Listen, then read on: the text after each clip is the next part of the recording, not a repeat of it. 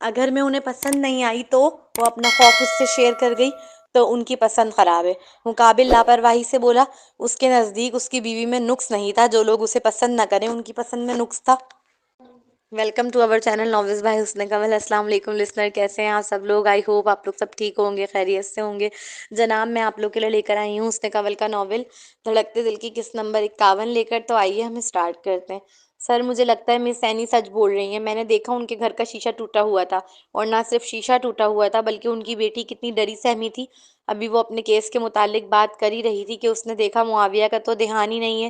سر، اس handsome لڑکے کی آنکھوں کے آگے چٹکی بجا کر اسے مخاطب کرتے وہ جھنجھلا کر بولی، او سوری، کم اگین۔ معاویہ حواسوں میں لوٹا تو فوراً ہی اس کی جانب متوجہ ہو کر معذرتی انداز میں اس لڑکی سے واپس اپنی بات دہرانے کی ڈیمانڈ کی، جس پر سدرا کی ٹھیک ٹھاک تپ گئی، کیونکہ یہ تیسری بار تھا جب اس نے ڈیٹیل دی اور مقابل نے نہ سنی۔ بندہ ایک دن خول چڑھا سکتا ہے، 2 دن خول چڑھا سکتا ہے، لیکن ہمیشہ کے لیے نہیں، اور یہی حال سدرا کا تھا۔ معاویہ کے توجہ نہ دینے پر وہ سر سے پاؤں تک انگارہ ہو چکی تھی۔ اس کے باوجود اس نے صبر کا دامن تھامے پھر ایک بار ڈیٹیل دی، لیکن مقابل پھر اپنی سوچوں میں ایسا الجھا کہ سدرا کیا بول رہی تھی اسے کچھ خبر نہیں۔ ویسے کیا تمہیں علم تھا ابوذر اور فرح کے نکاح کا؟ معاویہ نے آخرکار اس سے اپنی الجھن شیئر کر ہی لی تھی۔ اس ہینڈسم لڑکے سے ابھی تک فرح اور ابوذر کا نکاح ہضم نہیں ہو رہا تھا۔ What the! سدرا کو ابوذر اور فرح سے کوئی مطلب نہیں تھا، نہ ہی وہ اس کے سرکل کے لوگ یا دوست تھے۔ اس نخریلی شہزادی کی زندگی بہت مشکل حالات سے گزر رہی تھی، ایسے میں وہ جلد سے جلد اپنا فیوچر بنانے کی سوچے بیٹھی تھی۔ اس کے نزدیک معاویہ لاپرواہی دکھا سکتا تھا کیونکہ وہ ایک کامیاب وکیل تھا۔ آج اس کا فیوچر آلریڈی کافی برائٹ تھا، ساتھ ساتھ اس کے والد موجود تھے اسے سپورٹ کرنے کے لیے، لیکن اس کے پیچھے کوئی نہیں تھا، اس لیے وہ اپنا وقت ان فضول کی باتوں میں ضائع نہیں کر سکتی تھی کہ کس نے کس سے نکاح کیا، کون کس کے ساتھ بھاگ گیا ہے، کون کس کے بچے کی ماں بنا۔ بمشکل اپنا غصہ پیتی وہ پاؤں پٹکتی ہوئی اس کی جانب بڑھی۔ وہ سیدھا سادہ سا لڑکا تھا، اسے اپنی جانب اتنے غصے میں آتا دیکھ ایک لمحے کے لیے ٹھٹکا۔ اس نخریلو شہزادی نے مقابل کے قریب پہنچتے ہی اس کی چیئر کے ہینڈل کو پکڑ کر اپنی جانب گھمایا اور دونوں ہاتھ ہینڈل پر جماتے اس کے اوپر جھکی۔ سنیں مسٹر معاویہ، مقابل کی آنکھوں میں اپنی غصیلی آنکھیں گھڑاتے خاصا جتا کر مخاطب کیا۔ معاویہ کے سامنے تو وہ ہمیشہ بھیگی بلی بنی رہا کرتی تھی، ہاں میں ہاں ملانے والی، مسکرانے والی، شرمانے والی۔ اس کا یہ نیا روپ دیکھ نہ صرف وہ شاکڈ ہوا تھا بلکہ بمشکل اس نوجوان نے اپنا تھوک گلے میں نگلا۔ اب میں آپ کو پوری ڈیٹیل دوبارہ دے رہی ہوں، اس لیے اسے غور سے سنیں اور مجھے ہدایت دیں کہ مجھے آگے کیا کرنا ہے۔ ان فضول گوسپ کے لیے وقت نہیں ہے میرے پاس، سمجھے؟ جیسے ایک سخت اکڑ ٹیچر اپنے اسٹوڈنٹ کو سمجھا رہی ہوتی ہے غصے سے، بالکل اسی طرح وہ معاویہ کو ٹریٹ کر رہی تھی۔ جی سمجھ گیا میم، وہ تو شروع سے بہت سویٹ سا بچہ تھا، کلاس کے سارے ٹیچرز اسے ہمیشہ بہت پسند کیا کرتے تھے، کبھی کسی نے اسے ڈانٹا نہیں، ماں باپ کا بھی لاڈلا رہا، اس لیے کبھی ڈانٹ اور سختی سے پالا نہیں پڑا۔ یہ پہلی بار تھا زندگی میں جب کوئی اسے اس طرح ڈانٹ کر سختی سے اپنی بات سمجھا رہا تھا، اس لیے بے ساختہ ہی منہ سے میم کا لفظ نکلا۔ اس کے میم کہنے پر سدرا بھی فوراً سیدھی ہو کر اچنبھے سے اسے دیکھنے لگی۔ میرا مطلب سدرا، وہ پیارا سا لڑکا اپنا سر جھٹکتے فوراً ہی اپنے لفظ کی تصحیح کرنے لگا۔ تو سنیں، سدرا نے پھر ایک بار اپنے کیس کی ڈیٹیل دی، اور اس بار مجال نہیں تھی کہ اس کا ذہن ادھر ادھر بھٹک سکے۔ شکریہ سر، میں آپ کو مس سینی کی بیٹی سے مل کر آنے کے بعد باقی ڈیٹیل دیتی ہوں۔ وہ نرمی سے شکریہ ادا کر کیس کی فائل اٹھا کر بڑے پروفیشنل انداز میں باہر چل دی، جبکہ اس کے جاتے ہی معاویہ کا کب سے رکا سانس بحال ہوا تھا۔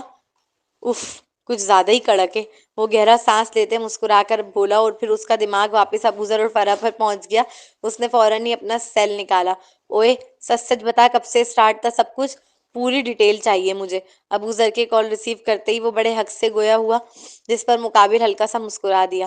فرح میری محبت میں پاگل ہو چکی تھی، کہنے لگی مر جائے گی اگر اس کا ہاتھ نہ تھاما تو جانتا ہے مجھے میرا دل کتنا بڑا ہے، اور لڑکیوں کے معاملے میں تو میں نے نہ کہنا سیکھا ہی نہیں ہے، اس لیے کر دی اس پر اپنی نظر کرم۔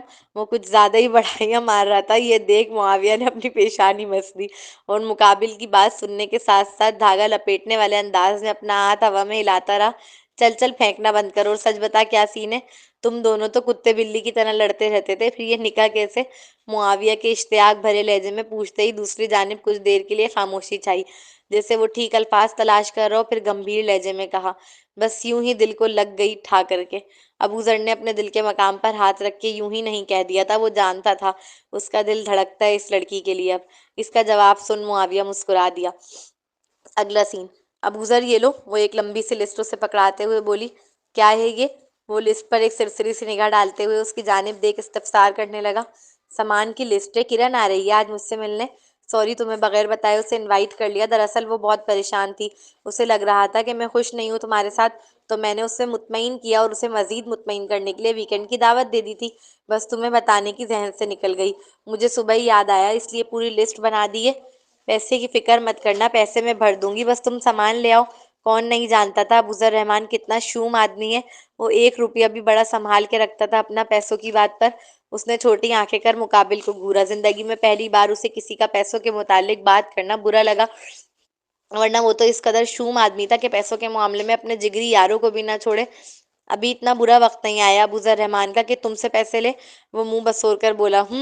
جواباً وہ ناک منہ چڑھا کر چل دی۔ ویسے دنیا کا ہر آدمی اپنے بیوی بچوں کے لیے ہی کماتا ہے، بچے تو نہیں ہیں میرے، تو خود کو ہی میری پوری جائیداد کی ملکہ سمجھو۔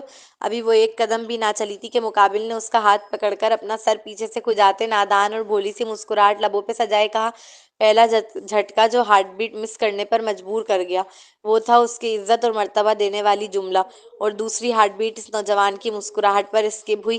وہ اتنا پیارا، اتنا اپنا لگا کہ ٹوٹ کے دل چاہا کہ اس کی نزدیکی کو محسوس کرے، اور اسی چاہ میں وہ قریب آ گئی۔ کیا اچھا لگ رہا ہوں؟ اس لڑکی کی نگاہیں از خود محبت جھلکانے لگی تھی۔ مقابل کیسے نہ دیکھتا، کچھ زیادہ ہی۔ وہ موم کی گڑیا جو لائٹ پیلے رنگ کی فراک اور پاجامہ زیب تن کی ہوئی تھی، بے حواسی میں بے دھڑک دل کی بات بول گئی، مگر اگلے پل جب مقابل کی آنکھوں کو حیرت سے بڑا ہوتے دیکھا تو نہ صرف حواسوں میں لوٹی بلکہ تیزی سے زبان بھی دانتوں میں دبا گئی۔ وہ میرا مطلب تھا، ابھی بات بنانے کی کوشش کر ہی رہی تھی ہڑبڑاہٹ میں کہ مقابل تیزی سے قریب آیا اور نرمی سے اس کی ناک اور پھر ہونٹ چوم گیا تھا۔ وہ بلش کرنے لگی تھی۔ مقابل اسے بلش کرتا دیکھ مسکراتا ہوا اس کا ہاتھ تھام کر صوفے کی جانب بڑھا۔ بیٹھو۔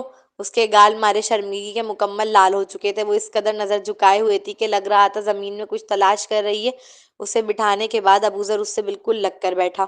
فرح کا ہاتھ اس نوجوان نے ابھی تک چھوڑا نہیں تھا، اور مزے کی بات یہ تھی کہ فرح نے چھڑوانے کی کوشش بھی نہ کی، جس کی وجہ سے اسے اعتماد ملا اپنی بات کہنے کا۔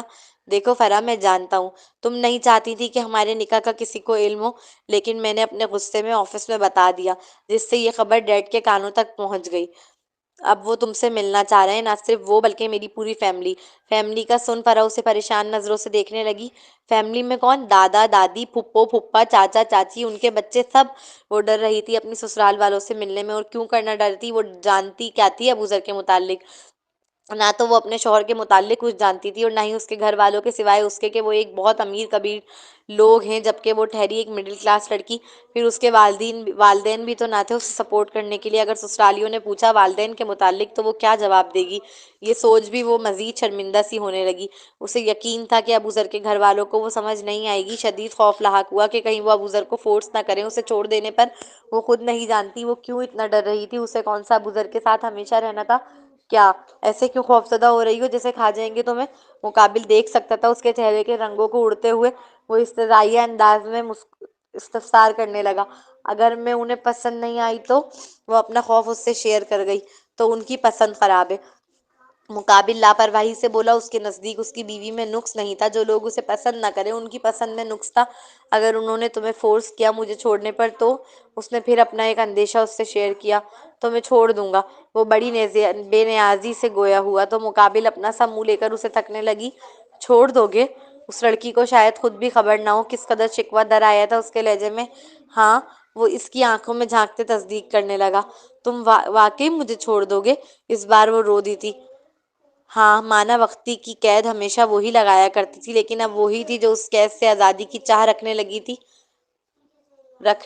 لیکن اب وہی تھی جو اس قید سے آزادی کی چاہ رکھنے لگی تھی۔ ہاں، میں چھوڑ دوں گا انہیں، جو کہیں گے کہ تمہیں چھوڑ دوں، سمجھی؟ وہ جیسے دل ٹٹول رہا تھا اس کا۔ تو یوں کہو نا، پتہ ہے مجھے لگا تم واقعی مجھے چھوڑنے کی بات کر رہے ہو، روحانسا لہجے میں وہ بھولی لڑکی اپنے آنسو صاف کرتے ہوئے بولی۔ تو تم نہیں چاہتی کہ میں تمہیں چھوڑوں؟ اس کی نرم تھوڑی پکڑ کر اونچی کر اپنی آنکھوں میں دیکھنے پر مجبور کر وہ گمبھیر لہجے میں استفسار کرنے لگا۔ اس کے یوں ڈائریکٹ سوال پر فرح کو اپنا سانس رکتا معلوم ہوا۔ وہ ڈر گئی تھی۔ دل میں اس وقت جیسے طوفان مچ گیا تھا، لیکن لب خوف کے مارے خاموش۔ اپنی اوقات سے باہر کا خواب سمجھتی تھی وہ ابو ذر رحمان کو۔ کیا ہوا؟ وہ جواب میں ہاں کہے اور مقابل ہنس دے، کیا عزت رہ جائے گی اس کی؟ ابو ذر رحمان اسے بھی ان لڑکیوں میں شمار کرے گا جو اس کی دولت پر مرتی ہیں، جبکہ وہ نہیں مرتی، وہ تو اس کی عزت دینے پر مر مٹی ہے۔ وہ بھولی نہیں تھی اب تک کیسے اس کے آفس میں ایک اپوائنٹمنٹ تک نہیں مل پا رہی تھی اسے، جسے ایک اپوائنٹمنٹ نہ ملے اسے ابو ذر رحمان ملے گا۔ وہ اس خیال کے آنے پر جیسے خود پر ہی ہنس دی۔ بولو، وہ بے صبر تھا جواب سننے کے لیے۔ اپنی جانب سے اس نے نہ صرف نزدیکی بڑھا دی تھی بلکہ اسے اپنی فیملی سے بھی ملوانے لے جا رہا تھا تاکہ اس میں اعتماد آئے، اسے احساس ہو کہ وہ ابو ذر رحمان کی بیوی ہے، اس کی عزت۔ ایک مرد جب ایک عورت کے لیے سیریس ہوتا ہے تو سب سے پہلے وہ اسے اپنی فیملی سے ملوانے کی کرتا ہے، اور وہ بھی یہی کر رہا تھا۔ کرن آنے والی ہوگی، ہاتھ ہٹاؤ، مجھے بہت کام کرنے ہیں۔ جس کے پاس کچھ نہ ہو، اسے اچانک پوری دنیا کی خوشیاں اپنے دامن میں مل جائیں تو اسے ڈر تو لگے گا نا، ڈر تو فطری ہے، اسے بھی لگ رہا تھا وہ کھونا نہیں چاہتی تھی۔ اس کا ہاتھ جھٹکتی وہ فوراً اٹھی۔ اس کا مطلب تم ابھی بھی سمیر کے پاس واپس جانا چاہتی ہو؟ وہ ایک قدم بھی نہیں چل سکی تھی جب ابو ذر کے سوال نے اس کے قدموں کو تھاما دیا۔ وہ نہیں جانتی اس کا جواب نہ دینا مقابل کے تن بدن میں آگ سلگا گیا تھا۔ نہیں، وہ تیزی سے پلٹ کر بولی۔ نہیں؟ کتنا نہیں؟ تم بھی مجھے انا کی طرح سیکنڈ آپشن پر رکھنا چاہتی ہو؟ سمیر مانا تو ٹھیک، ورنہ یہ ابو ذر گدھا تو ہے ہی نکاح میں بندھا۔ ابو ذر کو اس لڑکی کی خاموشی نے بہت تکلیف پہنچائی تھی، کیونکہ اس خاموشی سے واسطہ پہلی بار نہیں پڑا تھا۔ انا بھی اس کی محبت پر ہمیشہ ایسے ہی خاموشی اختیار کرتی تھی، یہاں تک کہ وہ وقت آیا جب وقاص نے اسے مکمل چھوڑ دیا اور وہ اس کی جانب لپک آئی۔ یہ کیا بکواس کر رہے ہو؟ فرح کو اندازہ نہیں تھا وہ اتنا غلط مطلب اخذ کر جائے گا، اور ہوتا بھی کیسے؟ وہ تھوڑی جانتی ہے انا اور ابو ذر کے درمیان کیا معاملات رہے ہیں۔ وہ فوراً ہی احتجاجاً چیخی، وہی جو اس وقت تمہارے دل میں ہے، فی الحال کیری آن بیبی۔ مقابل جذبہ ہو کر طنزیہ کہتا اپنا کوٹ اور لسٹ اٹھا کر چل دیا تھا۔ ابو ذر، تم غلط سمجھ رہے ہو ابو ذر۔ وہ اس کے پیچھے پیچھے دروازے تک آئی، مگر ابو ذر نہ رکا۔ اس کا دل بہت بھاری سا ہو گیا تھا، کسی کام میں بھی پھر دل نہ لگا، بس دل چاہ رہا تھا کہ وہ کہیں سے آ جائے اور وہ مس انڈرسٹینڈنگ کو دور کر دے۔ وہ خود بھی نہیں جانتی تھی کہ اس نوجوان کی ناراضگی اس قدر اثر انداز ہوگی اس پر، مگر ہو رہی تھی، اس شدت سے ہو رہی تھی کہ بار بار آنکھیں نم ہوئے جا رہی تھیں۔ سب سے پہلے ابو ذر کا کمرہ صاف کرنے گئی تھی آج۔ کمرہ ویسا ہی پایا جسے کل رات چھوڑ کر گئی تھی۔ صفائی کرنے کے بعد وہ نہانے چلی گئی۔ نہا کر لوٹی تو دروازہ نوک ہو رہا تھا۔ دل میں پہلا خیال ابو ذر کا آیا، لیکن پھر ذہن میں آیا اگر وہ آتا تو اس کے پاس تو چابی تھی، وہ دروازہ نوک کیوں کرتا؟ اس لیے آہستگی سے دروازے کی جانب آئی، پوچھا تو معلوم ہوا کہ سامان بھیجا ہے اس کے شوہر نے۔ وہ تھوڑا حیران ہوئی، اتنی ناراضگی میں گیا تھا، اس کے باوجود سامان بھیجنا نہ بھولا۔ اس نے فوری کھانے کی تیاری شروع کی۔ ابو ذر کی ناراضگی اس پر اس قدر اپنا اثر چھوڑ چکی تھی کہ وہ بجائے کرن کے پسند کے کھانے بنانے کے اپنے شوہر کے پسند کے کھانے بنانے لگی۔ کرن آئے گی اور ابو ذر کو یہاں نہیں پائے گی تو اسے شک ہو جائے گا کہ ہمارے درمیان سب کچھ نارمل نہیں ہے، یہ سب بھی آج ہی ہونا تھا کیا؟ وہ افسردگی سے دیگچی میں چمچہ چلاتے ہوئے جھنجھلائی۔ اگلا سین۔ کچھ ہوا ہے کیا؟ کرن کے سوال پر وہ فوراً نفی میں سر ہلانے لگی۔ پھر اتنا روئی روئی آنکھیں کیوں ہو رہی ہیں؟ مقابل فکر مند ہو گئی تھی۔ کچھ رشتے خون کے رشتوں سے گہرے ہوتے ہیں، جیسے اس کا اور کرن کا رشتہ۔ اس کے ماں باپ یا بہن بھائی نہیں تھے، جو تھی کرن تھی۔ جیسے لڑکی اپنے ماں باپ کو مطمئن کرتی ہے اپنے شوہر کے گھر میں کہ وہ خوش ہے، ویسے ہی وہ کرن کو مطمئن کرنا چاہتی تھی۔ وہ دراصل ابو ذر مجھے اپنی فیملی سے ملانے کا کہہ رہے، اور مجھے بہت ڈر لگ رہا ہے کیونکہ مجھے نہیں لگتا میں انہیں پسند آؤں گی۔ مجھے ڈر لگ رہا ہے کہ وہ کہیں ابو ذر کو فورس نہ کریں مجھے چھوڑنے پر، جیسے مہوش انٹی نے شروع سے وقاص کو کرتی رہی ہیں تمہارے لیے۔ تم جانتی ہو مجھے، میں ان امیروں سے دور رہنے ہی پسند کرتی ہوں۔ میرا دل چاہ رہا ہے میں اپنے بال نوچ لوں۔ میں نے کیا سوچ کر ابو ذر رحمان سے نکاح کی حامی بھری؟ وہ نہیں بتا سکتی تھی کہ ابو ذر سے اس کی کتنی زبردست لڑائی ہو کر چکی ہے، اس لیے اپنی دوسری پریشانی اس پر ظاہر کی۔ وہ خود بھی نہیں جانتی وہ کتنا خوفزدہ تھی ابو ذر کو کھو دینے سے، اور یہ چیز کرن اس کے جملوں میں محسوس کر چکی تھی۔ تم تو بہت محبت کرنے لگی ہو اس سے، اور میں سمجھ رہی تھی کہ تمہیں فورس کیا ہے ابو ذر نے، کرن نے مسکرا کر کہا تو وہ اسے حیرانگی سے دیکھنے لگی۔ کرن، میں سیریس ہوں یار۔ وہ سمجھی کرن مذاق میں لے رہی ہے اس کی باتوں کو۔ میں بھی سیریس ہوں پگلی، اتنا مت ڈر۔ ابو ذر نے نکاح کیا ہے نا تو وہ سنبھال لے گا سب کو خود ہی، ایسے ہی نہیں لے جا رہا ہوگا وہ تمہیں اپنی فیملی کے سامنے۔ کرن نے نہایت مطمئن انداز میں جواب دیا تو اس کی تھوڑی ڈھارس بنی۔ اور پھر تم کون سا اس کی گرل فرینڈ ہو؟ تم اس کی بیوی ہو، شریک حیات۔ کوئی کتنا بھی فورس کر لے، اگر مرد کے دل میں نہیں ہے نا تو وہ اپنی بیوی نہیں چھوڑتا، چاہے پوری دنیا مخالفت پر اتر آئے۔ اعتبار ہے نا کہ محبت کرتا ہے؟ اس کے آخری میں کیے گئے سوال پر فرح سوچ میں پڑی۔ اگر کہوں کہ پتہ نہیں تو پھر ڈرتی رہو، اگر کہوں کہ اعتبار ہے تو پھر مطمئن رہو۔ دنیا ادھر کی ادھر ہو جائے، اس نے کہیں نہیں جانا تمہیں چھوڑ کر۔ باتیں تو اعتبار والی ہی کرتا ہے، وہ جیسے اس کی یادوں میں کھو کر بولی۔ اور آنکھیں؟ وہ اعتبار دلاتی ہیں کہ تمہاری ہیں؟ کرن پھر بے ساختہ ہی پوچھ اٹھی تھی۔ تو میں اعتبار کی بات کرتی ہے، وہ تو جان لیوا ہے، مجھے لگتا ہے وہ سمو لیں گی مجھے خود میں۔ اس موم کی گڑیا کو خود بھی اندازہ نہیں تھا اس کے لہجے میں کتنی محبت جھلکنے لگی تھی ابوذر کے لیے۔ تو پھر غوطہ زن ہو جاؤ، ڈر کیسا؟ اعتبار کرو فرح، اعتبار کرو، اور خوش ہو کر خدا کا شکر ادا کرو، کیونکہ خدا پسند کرتا ہے نعمت پر شکر ادا کرنا۔ بلکہ جو نعمت پر شکر ادا کرتے ہیں خدا انہیں اور نوازتا ہے۔ وہ بڑی محبت سے سمجھانے لگی، کیونکہ وہ جانتی تھی فرح ڈر رہی ہے، وہ صرف ڈر کی وجہ سے ابوذر کی جانب اپنے قدم نہیں بڑھا پا رہی۔ وہ اس بات میں سر ہلا گئی۔ ویسے ابوذر کہاں ہے؟ نظر نہیں آ رہا۔ وہ کافی دیر سے ڈرائنگ روم میں بیٹھی ہوئی تھی، لیکن اس نے ایک بار بھی ابوذر کو نہ دیکھا۔ پہلے تو وہ سمجھ رہی تھی کہ شاید وہ اندر اپنے کمرے میں بیٹھ کے کام کر رہا ہوگا، جیسے وقاص اکثر کرتا ہے، لیکن اب کافی دیر ہو چکی تھی۔ جب اس نے فرح کو کھانا سجاتے دیکھا تو بے ساختہ ہی پوچھ اٹھی۔ وہ بس اسی لمحے کا اسے خوف تھا کہ جب کرن اس سے پوچھے کہ ابوذر کہاں ہے اور وہ بتا نہ سکے۔ یہاں۔ ابھی وہ جواب دیتی اس سے قبل ہی پیچھے سے آواز آئی، جس پر وہ دونوں پیچھے کی جانب مڑی۔ سوری جانے من، لیٹ ہو گیا، اچانک کام نکل آیا تھا، ورنہ یقین کرو میں کبھی نہیں جاتا، خاص طور پر تب جب مجھے پتہ ہے ایک گیسٹ گھر پر آ رہے ہیں اور تمہیں کام میں میری ضرورت پڑ سکتی ہے۔ اس نے تو آتے ہی گلے لگ کر یوں معذرت کی جیسے نہ جانے کتنے لوی ڈوی میاں بیوی ہوں۔ ہاں؟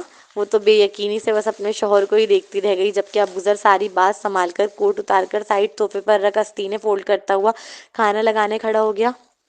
واؤ، سارے کھانے میرے فیورٹ؟ ابوذر خاصا حیران ہوا تھا یہ دیکھ کے سارے کھانے اس کے پسند کے بنے۔ فرح، میں نے مانا تمہیں اپنے شوہر سے بڑی محبت ہے، لیکن اس کا مطلب یہ تھوڑی کہ تم مہمانوں کو ذرا بھی گھاس نہ ڈالو، کم از کم ایک ڈش تو بنا ہی سکتی تھی میری پسند کی۔ کرن نے آنکھ مارتے ہوئے بڑی شرارت سے شکوہ کیا، جس پر وہ گڑیا جھیپ کر نظر جھکا گئی تھی۔ ابوذر نے پورے ٹائم میں جب تک کرن وہاں رہی ایک بار بھی ظاہر نہیں ہونے دیا کہ ان کی لڑائی ہو کر چکی ہے اور وہ اس سے ناراض ہے، اور یہی بات فرح کے لیے بہت اہمیت رکھتی تھی۔ اگلا سین، وہ گھر واپس جا رہی تھی جب راستے میں ٹریفک جیم پر ایک جگہ اس کی گاڑی رکی اور اسے سامنے ایک شاپ نظر آئی جو بچوں کے کپڑوں اور کھلونوں کی تھی۔